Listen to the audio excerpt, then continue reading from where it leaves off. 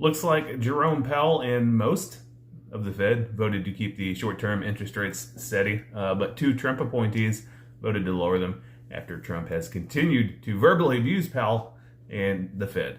It's the first time in more than 30 years that more than one official has dissented in a vote. Listen for a minute, I'm just going to say some things. So take out the front-loaded first quarter in which corporations imported everything that they could before tariffs kicked in, and you'll start to see that economic growth isn't really actually moving much. Prices are starting to tick up as costs are being passed along to the consumer, which is why the Fed voted to keep rates steady for now. The thought behind it is fairly simple. The Fed's target inflation rate for interest rate reduction is 2%. That is the sweet spot for the Fed.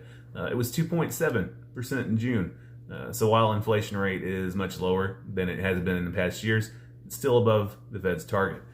Cutting rates too early risks reigniting inflation. You can always wait and make sure that inflation is actually trending down. Cutting rates and causing inflation to spike, harder to fix. Anybody remember 2008? Yeah, that was a fun time. Of course, there were a lot of variables that led to that 37th once-in-a-lifetime thing that we experienced, some of which are similar to the things that are currently happening, like deregulation. Look, at this point, no one knows how the market is going to react to anything anymore, because there's still so much uncertainty with all the fuckery happening on a global scale with trade talks, tariffs, and all of those other things. But unlike the last recession that we went through, that once-in-a-lifetime thing, today, lending standards are pretty tight. Dodd-Frank regulations exist.